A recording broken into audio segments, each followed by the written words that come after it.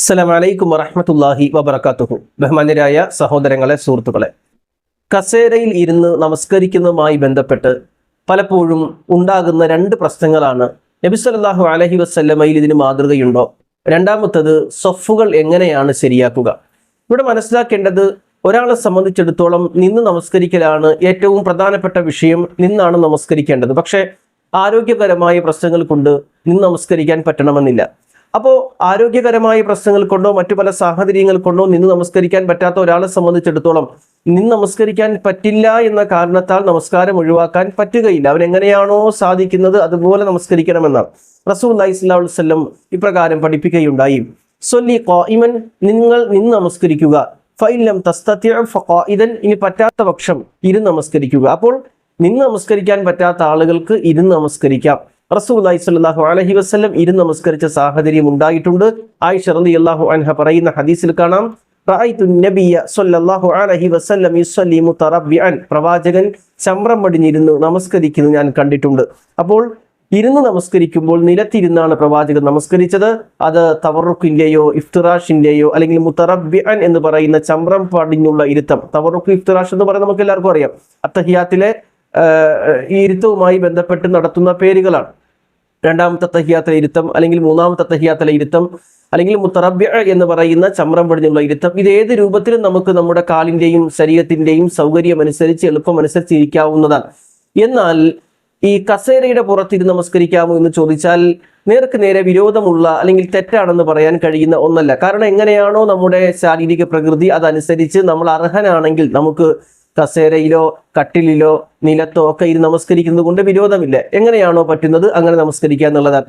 എന്നാൽ ഇവിടുത്തെ പ്രശ്നം എന്ന് പറഞ്ഞാൽ, ആരോഗ്യമുള്ള പല ആളുകളും അവർ നടന്നു വരുന്നു, അവർക്ക് എല്ലാ പണിയും ചെയ്യാം, പക്ഷെ കസേരയിൽ ഇരുന്ന് നമസ്കരിക്കുന്നു നിസ്സാരമായ കാരണങ്ങളുടെ പേരിൽ. അത് ശരിയല്ല.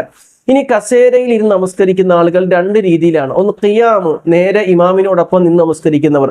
സുജൂദും റുക്കുഉം മാത്രം കസേരയിൽ ഇരുന്ന് അവരുടേതായ മുതുകിന്റെയും മറ്റു പ്രശ്നങ്ങൾ കൊണ്ട് ആ രൂപത്തിൽ സുജൂദും റുക്കുഉം ചെയ്യുന്നവർ.